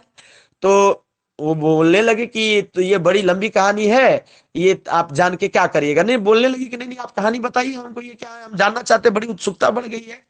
तो बोलने लगी कि ये पूरी कहानी सुनाए कि ऐसा ऐसा है। अब पार्वती बड़ी भावुक हो गई कि ये तो गोपी चांद के साथ बड़ा जो है अन्याय हुआ। इतना अच्छा लड़का था, ये इतना अच्छा लड़का था कि अपने बड़े भाई के नियत को जानने के बाद भी कि मेरी पत्नी के तरफ उसका नियत खराब है और हमारी हत्या कर देगा, वो बावजूद ये गोपी चांद न्यौछावर कर दिया, अपने बड़े भाई के आगे सरेंडर कर दिया और मरने के लिए तैयार हो गया। बहुत अच्छा लगा पार्वती को गोपी चांद का व्यवहार विचार, और कहा कि ये तो उस गोपी चांद और उसकी पत्नी के साथ बहुत अन्याय हुआ है, आप इसको जियाइए। अब हम कुछ नहीं जानते हैं, इसको जिंदा कर दीजिए। अब शंकर जी तो पत्नी के आगे लाचार हो गए, पत्नी के आगे तो पूरी दुनिया लाचार है, मैं भी लाचार हूं। तो तो कुल मिला करके जो है ऐसी मजाक कर रहा हूं, तो कुल मिला करके ये कि भगवान शिव जो है ईमन के जिया कर हट करे। अब ये जो पार्वती जो थी वो क्या है कि उसको भेद जब समझ गई तो भगवान शिव को कहने लगी। अब भगवान शिव के पास ताकत है, आप जानते होंगे थोड़ा मोड़ा, मतलब ये कहानी है जी। ये भगवान शिव थे कि नहीं ये सब बाद का चीज है, जो माने वो पूजा करे, जो नहीं माने मत पूजा करे, कोई सुनिए वो सब आप बस खाली कहानी जानो, कहानी में कहानी जानो, ज्यादा माथा नहीं लगा। भगवान शिव क्या कर दिए कि उसको जियाने लगे, चूंकि वो हट करने लगी। कौन हट करने लगी, के हट करने लगा, पार्वती। पार्वती लिखा है, वह यूज हुई भी नहीं करता है तो गलत लिखा है ना, पार्वती होगा यहाँ पर, बात समझ रहे हैं ना। तो कुल मिला करके तो यहाँ पर जियाए खातिर क्या करने लगे, हट कर लें, हट करने लगी गोपी चांद और ओकर जो है सो। अब क्या है कि गोपी चांद जिंदा हो गया और उसकी जो पत्नी है वो भी जिंदा हो गई। अब कहे सर ये कैसे हुआ, तो वैसी हुआ जैसे केंद्रा में से, जैसे केंद्रा में से उ निकल गई थी ओकर बहिनिया, और छोटका भईवा केंद्रा फोड़ दिया था और बहिनिया ना जाए पारलक। नहीं समझ रहे बात के, बहन नहीं जाने पाई थी और खुशी खुशी से भाई बहन रहने लगे थे। ध्यान से समझिएगा। उसी प्रकार से यहां कुछ हुआ, यहां पर जिया दिया, जिंदा मरलो जिंदा होता है यहां पर, यो बात है। तो यहां पर पेड़ भी बोलेगा, यहां पर जानवर भी बोलेगा, यहां जानवर आदमी में कन्वर्ट हो सकता है, आदमी हिरन बन सकता है, कुछ भी हो सकता है। ये लोक कथा, लोक कथा इसी को तो बोलते हैं। तो इस प्रकार से गोपी चांद और उसकी रानी जिंदा हो जाती है, उन लोग महल में बेस रहे लगलग, बहुत अच्छे से फिर से उन लोग का महल, उससे भी बढ़िया महल तैयार कर देते हैं। और उसके बाद वो जो है वो रहने लगते हैं। अब नावाचंद का क्या होगा सर, नावाचंद पगला गए रहे तब तक, पगला गए रह तब तक। कौन, नावाचंद। नावाचंद बहुत झटका लगा भाई, वो फोका गया था उसी समय, नहीं समझ बात के। उसका माथा खराब हो गया कि जवन भाई को इतना प्यार करते थे, इसी ई महिला के चलते जो है हम क्या कर दिए, उसकी हत्या कर दिए। और बाप रे बाप, और महिला भी गई और भाई भी मेरा चला गया। बाद में उसको तो पगला गया था वो, पगलाल नावाचंद। लेकिन गोपी चांद स्वभाव से बहुत अच्छा था शुरू से, उसकी पत्नी भी अच्छी थी, संजोग से बहुत अच्छी मिली थी। कहा जाता है कि जो जैसा होता है, एक आप यो गौर करिएगा, जो जैसा जनरली उसकी पत्नी जनरली वैसे मिल जाती है। जनरली 98% केस में मैंने ये देखा है, लेकिन कई बार गड़बड़ होता है तो बड़ा मुश्किल हो जाता है फिर, है ना। लेकिन 98% केस में पत्नी वैसे मिल जाती है। तो यहाँ पर गोपी चांद को पत्नी बड़ी अच्छी मिली थी, और वो पत्नी को जो है सो क्या किया कि ध्यान से समझिएगा, वो दोनों पति और पत्नी डिसीजन लेते हैं कि वो पगला, ये पगला भाई भिक्षा मांगते मांगते नवाचंद जो है एक दिन वो गोपी चांद के दरवाजे पहुंचा, उसको पते नहीं था, देख करके पहचान लिया। दोनों भाई गला मिल मिल करके रोना शुरू किए, बहुत कांदे लगे, अरे भैया कांदे लगे, क्या करने लगे, कांदे के लगल, नहीं समझ रहे, रोने लगे। दोनों भाई बहुत जोर जोर से रोने लगे, छोटा भाई तो बहुत भारी रोने लगा, ये मेरे भाई की दशा किस कैसे हो गई। तो वो भाई समझ लिया कि कैसे ये हुई है, और वो समझ लिया था कि नियत कुछ समय के लिए खराब हुआ, हमारी हत्या कर दिया था। लेकिन अब जो है आपको क्या हुआ कि अब नवाचांद को भी अपना लिया गया। नवाचांद जो है कसम खाया कि अब किसी के प्रति हमारा नियत कभी जिंदगी में खराब नहीं होगा, हम किसी महिला को नहीं ताकेंगे। और इसके बाद जो है वो आपको सब खुशी खुशी से रहने लगे। कहानी गई वन में, सोचा अपन मन में, ये कहानी खत्म हो गया। अब मैं थोड़ा पीछे जाता हूं, मैं देखना चाह रहा हूं कि आपको सुनाई दे रहा है कि नहीं, दिखाई दे रहा था कि नहीं, पता चले कि हम इतना कहानी कह दिए और आपको कुछ दिखेबे सुनेबे नहीं किया। आप बताइए कि कहानी सुनाया कि नहीं, दिखाया कि नहीं, एक बार यस सर नो सर आप कहिएगा जल्दी से। ऑल इज वेल, चलिए गुड, बहुत बढ़िया, बहुत बहुत धन्यवाद आप सभी को, बहुत बहुत धन्यवाद आज की कहानी के लिए। आज 7:30 पौने 8 तक मैंने कहा था खत्म कर दूंगा, चलिए कहानी खत्म हो गया। सबको बहुत बहुत धन्यवाद। हमें उम्मीद है आपको कहानी अच्छी लगी होगी, और इसका डिटेल और इसका शानदार रूप और भी ज्यादा हम लोग करेंगे। ध्यान रखिएगा, एक एक चीज को करेंगे, छोड़ेंगे नहीं, छोड़ेंगे नहीं, एक एक चीज को करेंगे। तो आज की क्लास को समाप्त किया जाए ना, आज की क्लास को समाप्त किया जाए। उम्मीद है आपको कहानी अच्छी लगी होगी, तो बहुत बहुत धन्यवाद। कहानी गई वन में, सोचा अपन मन में। बहुत बहुत धन्यवाद आप सभी का।